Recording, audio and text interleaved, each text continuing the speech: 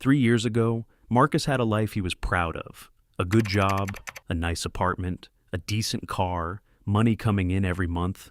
He thought he was doing fine, until one phone call changed everything. "We're going to have to let you go." Just like that, his paycheck disappeared. Then his savings disappeared. Then the bills started piling up. And eventually, Marcus opened his bank account and saw a number he never thought he'd see. $83. He stared at the screen. No savings, no job, thousands of dollars in debt, and no idea what he was going to do next. For the first time in his life, Marcus wasn't thinking about becoming rich. He was thinking about surviving. But here's what makes his story interesting. 3 years later, Marcus had completely rebuilt his financial life. He wasn't a millionaire. He hadn't won the lottery. Nobody gave him an inheritance. He simply learned something most people never understand. You don't escape rock bottom with one giant move. You escape it by making the right small moves, over and over again. And if you're struggling right now, Marcus's story might be exactly what you need to hear. Step 1. Face the truth. After losing his job, Marcus spent several weeks pretending everything would be fine. "I'll find another job soon. This is only temporary. I'll figure it out." But hope wasn't a plan. One morning, Marcus opened his banking app. $83. He looked at his credit cards, his rent, his bills, his upcoming payments, and finally, he grabbed a notebook. At the top of the page, he wrote, "This is where I am." Then he wrote down everything. How much money he had, how much he owed, how much he needed every month, where his money was going. For the first time, Marcus wasn't guessing anymore. He knew exactly what he was dealing with, and that was the beginning of his comeback. Because you can't solve a financial problem you refuse to look at. If you're at rock bottom, start with the truth. Look at the numbers. Not the numbers you wish you had, the numbers you actually have. How much money do you have? How much do you owe? What do you need to survive? What can you cut?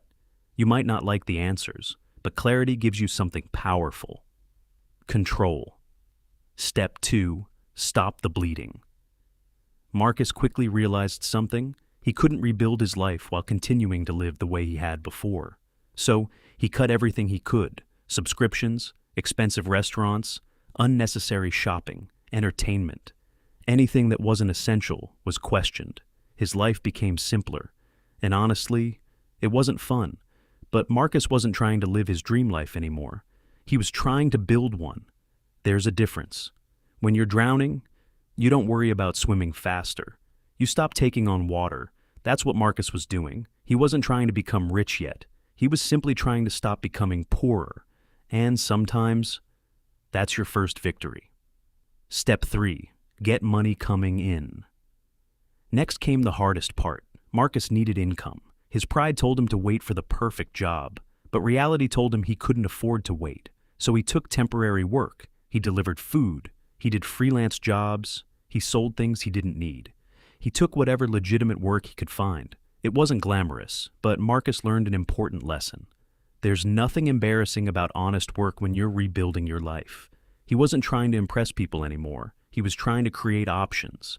His first paycheck wasn't enough to change his life, but it proved something. Money could start flowing again, and that gave him momentum. Step 4. Get one small win. Marcus had thousands of dollars in debt, no savings, a career that had fallen apart. If he looked at everything at once, it felt impossible. So he changed the question. Instead of asking, "How do I fix my entire life?" he asked, "What's the next problem I can solve?" First, get income. Then, pay the most urgent bill. Then, save the first $100. Then, save the first $500. Then, attack one debt. One small victory created another. And eventually Marcus realized, progress doesn't have to be dramatic to be real.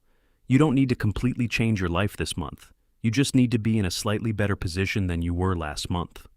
Step 5. Build a safety net. 6 months later, Marcus had stable income again. It wasn't what he used to earn, but it was consistent. Now he had a new goal: never be that vulnerable again. So he started building an emergency fund. He didn't try to save thousands immediately. He started with $100, then $250, then $500. Eventually, he reached $1,000. It didn't make him rich, but it gave him something incredibly valuable: breathing room. Because before, one unexpected expense could destroy his entire month.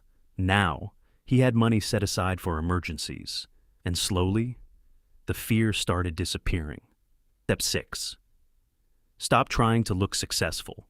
This was one of Marcus's biggest challenges. His old friends were still living the lifestyle he used to have. New cars, expensive clothes, vacations, restaurants. Marcus was driving an old car, cooking at home, and saving every extra dollar. Sometimes he felt embarrassed. Then he realized something.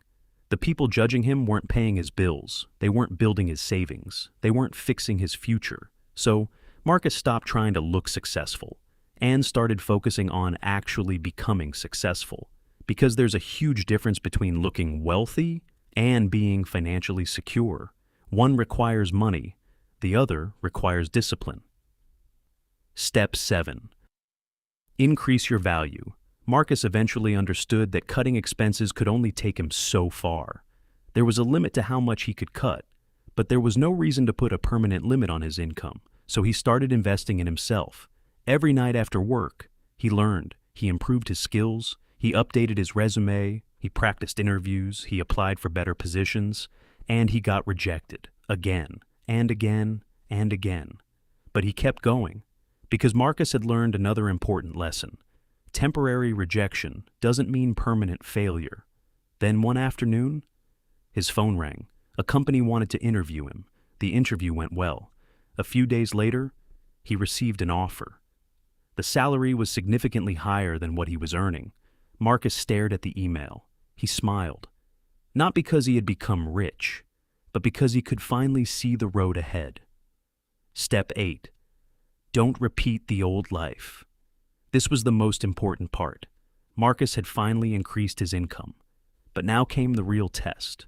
Would he go back to his old habits? Would every raise become a bigger apartment, a better car, more expensive vacations, more spending? No. This time, he did things differently. His income increased, but his lifestyle barely changed. The extra money went toward his financial goals. Some went toward debt. Some went toward savings. And once his foundation became stronger, some went toward long-term investments. Marcus had finally created something he never had before: a system. He wasn't depending on motivation. His money had a job before it even reached his account. 3 years later, 3 years after losing his job, Marcus walked into a coffee shop. He ordered his usual drink, sat by the window, and opened his banking app. He paused, then smiled. For the first time in years, he wasn't afraid of what he was going to see. His emergency savings were healthy. His debt was under control. His investments were growing. His income was higher. But the biggest change wasn't his bank account. It was his mindset. He no longer panicked when a bill arrived. He no longer needed to impress people. He no longer believed one bad month could destroy his entire life. He had options. And Marcus remembered the night he had only $83. He remembered how hopeless he felt. He remembered thinking, this is the end. But it wasn't. It was the beginning. If you're at rock bottom right now, maybe you're watching this with almost nothing in your bank account. Maybe you're unemployed. Maybe you're buried in debt. Maybe your business failed. Maybe you've made financial mistakes you're ashamed of. Maybe everyone around you seems to be moving forward while you're standing still. If that's you, listen carefully. You don't have to fix your entire life today. You just have to take the next step. Face your numbers. Cut unnecessary expenses. Find income. Get one small win. Build an emergency cushion. Increase your skills. Increase your earning power. Pay down dangerous debt. And once your foundation is strong enough, start investing consistently for the long term. Don't compare your chapter 1 to someone else's chapter 20. Don't worry about looking successful. Focus on becoming financially secure, because rebuilding takes time, and that's okay. Don't focus on the entire mountain. Focus on the next step. Save the first $100. Pay the first debt. Send the first application. Learn the first skill. Make the first investment when you're financially ready. Then do it again tomorrow and again the next day. Because one day, you might look back at this exact moment and realize, This wasn't where your life ended. This was where you finally started rebuilding it. If this video helped you, subscribe to Just Invest for more stories about money, wealth, discipline, and financial freedom. And remember, you don't need to have everything figured out. You just need to take the next step.